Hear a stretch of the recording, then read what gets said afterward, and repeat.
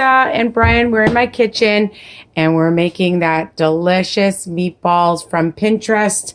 My husband is adding in a bunch of different things, but I'm going to go over it in a second. We're starting off with our extra lean ground chicken. You can buy it wherever you like, of course. And we're using 1,500 grams. So we used 3 of these packages.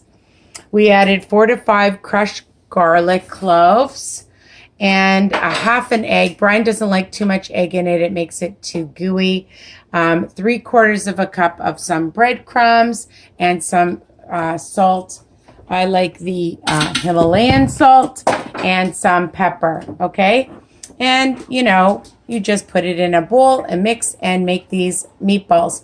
You can see that we make them fairly small because we like to have lots. Okay, so now we are going to add to the pot. We added some red chili flakes to the pot. Okay, so anyways, what he has done so far is he added some oil, like about a teaspoon or so, and he used a couple of cloves of fresh garlic, like 4 to 5 cloves, I believe, of some fresh garlic, and you just saute the garlic, and you smell it. It's fragrant. Just a little bit with some ginger, okay? And we use probably about a couple of tablespoons of some fresh ginger, and you'll smell it. It's fragrant. Okay. Then he adds ketchup. Where's the ketchup? There's the ketchup. Okay, I'm going to show you the ketchup, but he uses any brand, usually no-name brand, and he uses about 3 liters of ketchup. All right, so he adds the liters of ketchup to the pan, to the big pot, and he has it on a medium-high heat, all right? And then he adds 5 cups of milk. He's added 5 cups of 1% milk. You can add whatever you want. And a couple of tablespoons of some soy sauce. And have you added the ginger ale yet? I have. And he's added 5 cups of ginger ale. And we, of course, use the sugar-free ginger ale, and you can use what you want. All right, so Chili flakes. we put in chili flakes, and they are in there.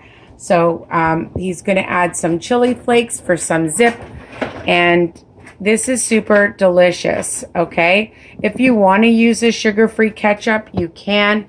And he just sprinkles in some chili flakes. But he put in some chili powder instead.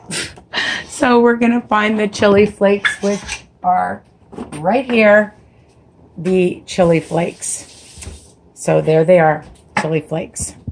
All right. So we let this come to a boil. And once it comes to a boil, I'll be back and we're going to add the meatballs. Okay, we'll be back. It came to a boil. Now we've added the milk, and it has to come to a boil as well. Once it comes to a boil, we add all the chicken balls and we let it cook. And we usually let it cook for at least a couple of hours. 1 hour. 1 hour, not 2 hours. 1 hour, according to my husband. We have been making this meal for many, many years. Well, I started making it, and then Brian continued the tradition of making this meal. So you can see that it's starting to come to a boil. It doesn't take very long for it to come to a boil, and we keep it at a pretty high heat. And, just watch it, and you can stir it around. But this was from the milk calendar that we got when we first met many, many years ago. That's like 30 years ago, people. So we've made this several times, and I've posted my recipe. Well, it wasn't really my recipe. It was from Pinterest. Well, the milk calendar, as I mentioned, but now you can find it on Pinterest. So I thought that since he's making it tonight, but didn't want to be filmed, of course, I would show you how to do it. So it's gonna boil fairly quickly. You see like tiny little bubbles coming. It doesn't have to be like a complete huge boil. But the thing about this, it's so delicious with the ginger, of course. The crushed ginger is so fragrant. And I don't throw it away. I use it for other things, for stir fries, okay?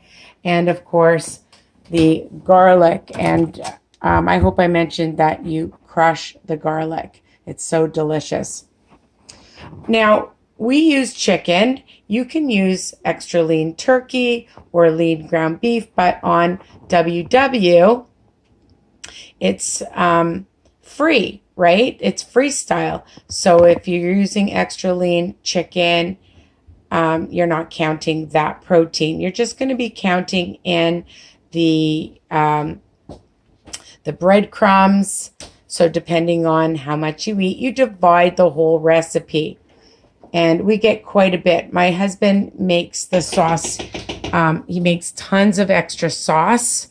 So we like it. And then we have it with rice. Of course, you could have it with noodles if you want. You could make zucchini noodles with it. So, Brian, it's starting to boil. Yeah, a few more minutes it needs. Okay, so it needs a few more minutes. And it's going to be perfect to add the meatballs.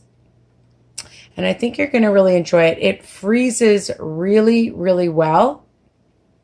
And we just put it into containers. And if you are eating it, you can keep it in the fridge up to a week. But we make so much of it that we put into containers. And it's great because then, you know, like I've said before, I like to have leftovers. So, you know, this is good for lunch. It's good for brunch. It's perfect for dinner. It's great for company. It could be even a side dish if you're just serving a little bit just on its own with the sauce. But we really, really love it with rice. You know, just long grain rice, brown rice, basmati rice. It's super amazing. And I'm just looking to see if it is boiling. And it looks like it's coming to a nice boil. So you can see that it is, but Brian likes it a certain way. But I find it funny because I made it for so long, but he has taken over the reins of this dish. I have to say that I like it the best with chicken. But again, you know, if you're a beef lover, you have to count the beef. I don't want extra points, so I don't count. I don't want to use beef in it. Sometimes Brian really loves beef, so we do make it with beef as well. And it's so wonderful if you're having company over because it tastes amazing. So again, you could make larger meatballs. You could make them small like this, so then you have a lot. And you know, if you want to make even more, you can do that too and make more sauce. You know, my recipes, well, not this is not my recipe, but recipes that I do make are versatile. So you can improvise and do what you like. All right. So I think he's back, and I'd say that it's come to a nice boil, and he's going to start adding the meatballs.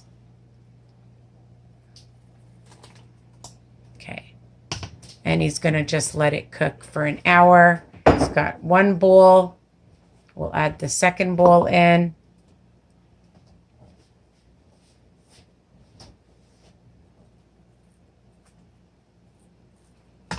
And we've had them in the freezer like for a few months even. They'll last as long as they're sealed well.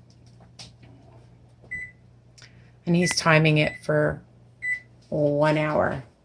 All right, and we will be back to show you the final result of the meatballs. Guys, so I'm back, and Here are the meatballs. Don't they look delicious? Super yummy. Lots of amazing flavor. And we love to have it for our dinner. Usually we cook up some white rice, and that's super easy to do. I just wash it off 1 cup, and then I take 2 cups of water. Of course, I put it into a medium pot. I put it on a medium to high heat, and I let it come to a slight boil.